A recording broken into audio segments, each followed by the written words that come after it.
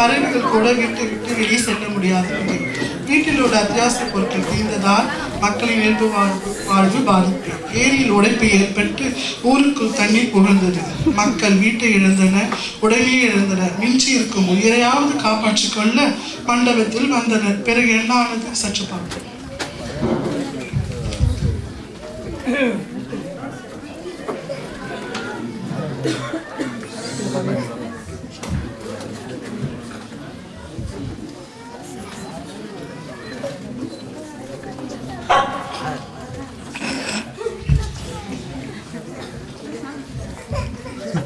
இருபது நாட்களாக காற்று மழை விடாமல் கொட்டி தீர்த்து கொண்டிருக்க பறவைகள் கூட வீட்டை விட்டு வெளியே செல்ல முடியாத நிலை. வீட்டில் உள்ள அத்தியாவசிய பொருட்கள் தீர்ந்தால் மக்களின் இயல்பு வாழ்வு பாதிப்பு. ஏரியில் உடைப்பு ஏற்பட்டு ஊருக்குள் தண்ணீர் புகுந்து மக்கள் வீட்டை இழந்தனர், உடைமையை இழந்தனர். மிஞ்சி இருக்கும் உயிரையாவது காப்பாற்றிக் கொள்ள மண்டபத்தில் இதோ வந்து நிற்கின்றனர். என்ன கிறிஸ்டோபர், மழை விடாமல் பெய்து கொண்டிருக்கிறது.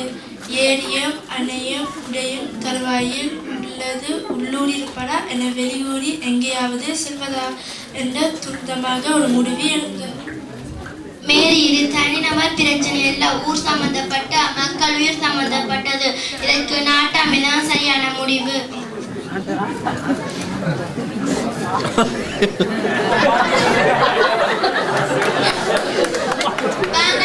இதோ நாட்டாமையே வந்து விட்டது. வாங்க நாட்டாமை, செய்தி எல்லாம் உங்களுக்கு தெரிந்திருக்கும். சீக்கிரமாக முடிவை எடுங்கள். கிறிஸ்டோபர், நான் என்ன செய்வது? இது சாதாரண. கிறிஸ்டோபர், நான் என்ன செய்வது? சிறிதளவு இடித்தால் தான் மழை நிற்கும். மழையோ வெள்ளம் போல் கொட்டி கொண்டிருக்கிறது. இது சாதாரண காரியம் என்றால் நானே திருப்பி சொல்லிவிடுவேன். இது இயற்கை சம்பந்தப்பட்ட காரியம். பாதேசாமி, நீங்களே திருப்பி கணி சொல்லுங்களேன்.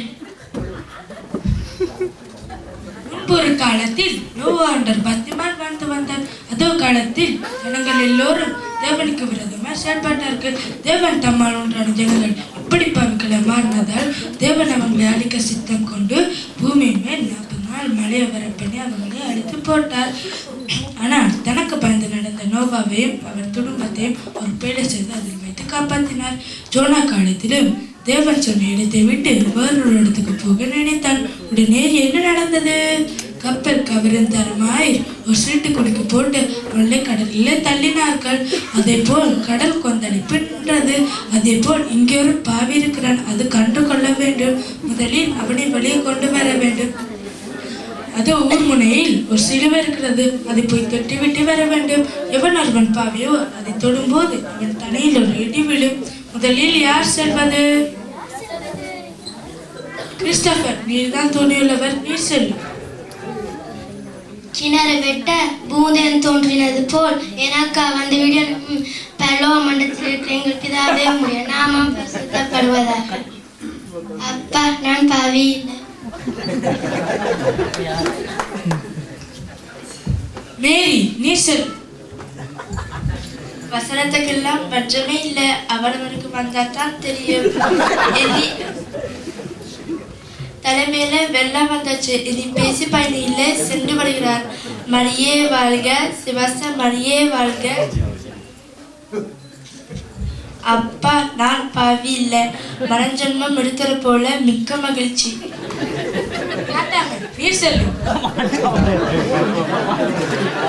கடவுளே, எனக்கு முன்பாக சென்றவர்கள் எல்லாரும் உத்தமர்கள் கிடையாது. அவர்கள் மன்னித்திரே, என்னையும் மன்னியும். என்ன இந்த ஒரு நாட்டாமை என்பதால் எத்தனையோ போய் வளர்க்குறியுள்ளேன், குடும்பத்தையும் பிரித்துள்ளேன். இடிய என் தலையை போடாதையோ. அப்பா, நான் பாவி. தம்பி, நீ செல்லும். சாமி, மற்றவர்கள் போல வேதமெல்லாம் படித்தது கிடையாது. வேலைக்கு சென்று வந்தது கலப்பி திரக்கூடாதுக்காக கொஞ்சம் குடிப்பதும் உண்டு. வாடகை வீசம் இருக்க சொட்டு பார்க்கப்படும் உண்டு. போதையேறி விட்டால் மனைவி அடிப்பதும் உண்டு. என்னை மன்னித்து விடும் சாமி. தொட போறேன் தொட்டுட்டேன். அப்பா, நான் பாவி. தம்பி, நீ செல்லும். நாட்டமே, இதை கொஞ்சம் கடவுளே, நான் வட்டிக்கு பணம் கொடுத்து நியாயமாய் வாங்கியிருக்கிறேன். தராதரவர்களையும் அடித்தும் இருக்கிறேன். என்னை மன்னித்துவிடுங்க சுவாமி. தொழுப்புறேன் தொட்டுட்டேன். அப்பா, நான் தப்பிச்சேன். சாமி, எல்லோரும் இந்த சிலுவையை தொட்டு விட்டார்கள். நீங்க ஏன் இந்த கிழக்கு மேரி என்ன சொன்னார்? நானி பூதங்களை அடக்கி ஆள்பவன். நான் இங்க நிற்கிறேன் தான் இந்த மண்டபத்தில் விழாமல் இருக்கிறது. என்ன தவறு செய்ய போன சாமி? என்னை மன்னிச்சு கிழக்கு பையனை போய் சிலுவையை தொட்டு விட்டு வா.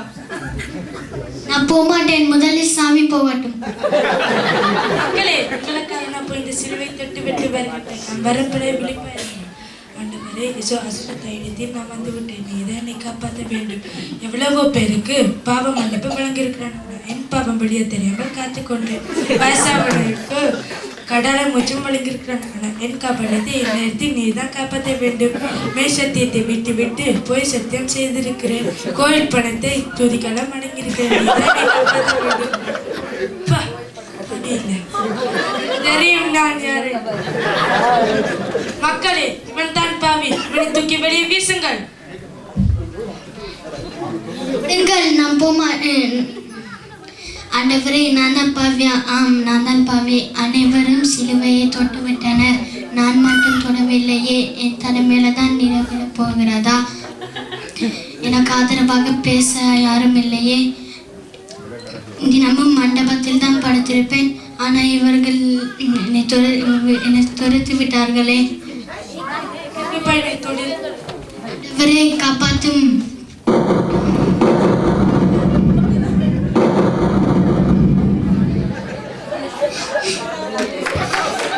கர்த்தர் தேவ பக்தி உள்ளவர்களை சோதனையிலிருந்து ரட்சிக்கவும், அக்கிரமக்காரரை ஆக்கினைக்குள்ளாக நியாய தீர்ப்பு நாளுக்கு வைக்கவும் அறிந்திருக்கிறார். அவர் நீதி உள்ளவராய் இருக்கிறார் என்று அறிந்ததினால் நீதியை செய்கிற எவனும் அவருக்குள் பிறந்தவன். ஆமேன். எங்கே உங்கள் உற்சாகமான கரவசை தட்டி நாங்கள் பிள்ளைகளுக்கு நன்றியை சொல்வோம்.